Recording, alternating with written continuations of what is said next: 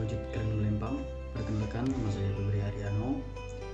Saya dari Fakultas Dharma Acarya, Prodi Pendidikan Agama Hindu. Di sini saya ingin menjelaskan tentang tugas UAS bimbingan dan konseling. Di sini saya ingin menjelaskan fungsi dan prinsip-prinsip bimbingan dan konseling.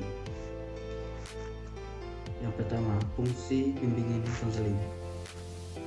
Fungsinya adalah membantu peserta didik untuk memahami dirinya dan lingkungan sekitarnya agar dapat mengembangkan potensi dirinya secara optimal dan menyesuaikan diri dengan lingkungannya secara dinamis dan konstruktif atau fasilitasi.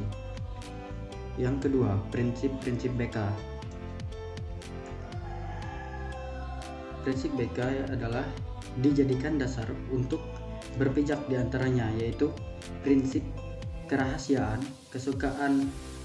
kesukarelaan, kegiatan, kemandirian, kekinian, kedinamisan, keterpaduan, kenormatifan, keahlian, ahli tangan kasus, dan tutpuri handayani. Nah, di sini dan yang kedua yaitu menjelaskan orientasi dan ruang lingkup kerja BK. Orientasi bimbingan konseling. Orientasi bimbingan konseling adalah yaitu menitik beratkan pada pentingnya perkembangan yang ada dalam individu. Perkembangan yang ada dalam individu, dengan kata lain, peranan bimbingan dalam konseling adalah memberikan kemudahan-kemudahan bagi gerak individu menjalani alur perkembangannya.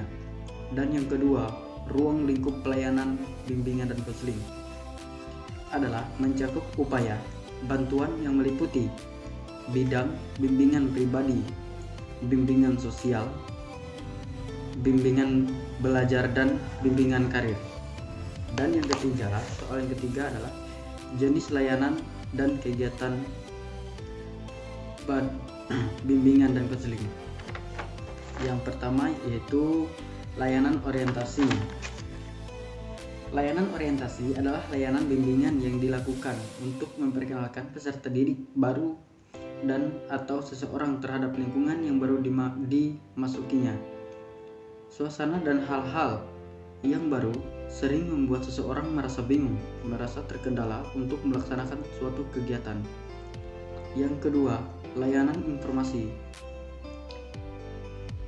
Layanan informasi adalah dalam menjalani kehidupannya dalam perkembangan dirinya, individu memerlukan berbagai informasi baik untuk keperluan kehidupannya sehari-hari sekarang maupun untuk perencanaan kehidupan ke depan.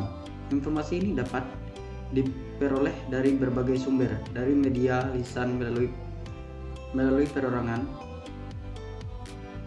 media tertulis dan grafis, melalui sumber formal dan non informal, sampai dengan media elektronik melalui sumber teknologi tinggi, high technology. Dan yang ketiga, layanan penempatan dan penyaluran. Layanan penempatan dan penyaluran yaitu pelayanan bimbingan dan konseling yang memungkinkan peserta didik atau klien konseli atau memperoleh penempatan dan penyaluran yang tepat. Misalnya, penempatan atau penyaluran dalam kelas, kelompok belajar, jurusan, program studi, program latihan, magang, kegiatan kurikuler atau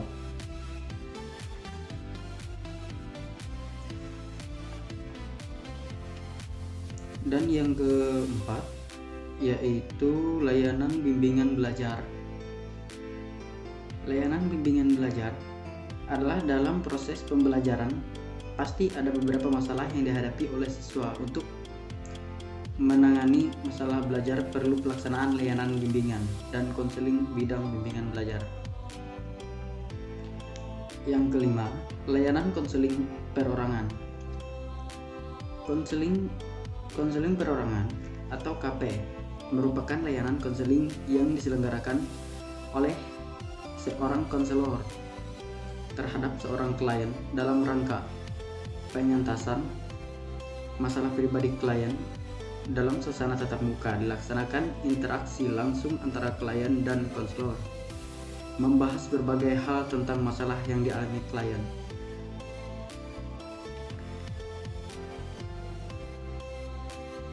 Yang keenam, layanan badan konseling kelompok. Layanan konseling kelompok merupakan upaya bantuan untuk dapat memecahkan masalah siswa dengan memanfaatkan dinamika kelompok. 3 layanan konseling kelompok memungkinkan siswa secara bersama memperoleh kesempatan bagi pembahasan dan pengentasan masalah melalui dinamika kelompok dan konseling kelompok. Dan yang ketujuh, kegiatan penunjang adalah kegiatan yang dapat dilaksanakan oleh peserta KKN di luar bidang ilmunya jika memiliki ilmu dan keterampilan untuk itu. Mahasiswa yang bersangkutan bertindak sebagai pemimpin pelaksanaan kegiatan tersebut dan bertanggung jawab baik secara ilmiah maupun operasional.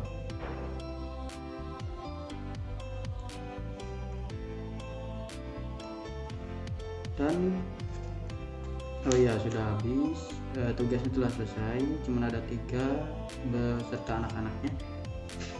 Mungkin hanya itu penjelasan saya.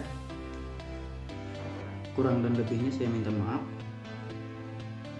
Kalau ada yang tidak baik dalam pengucapan atau ada yang sedikit lengket ya gitu, saya minta maaf.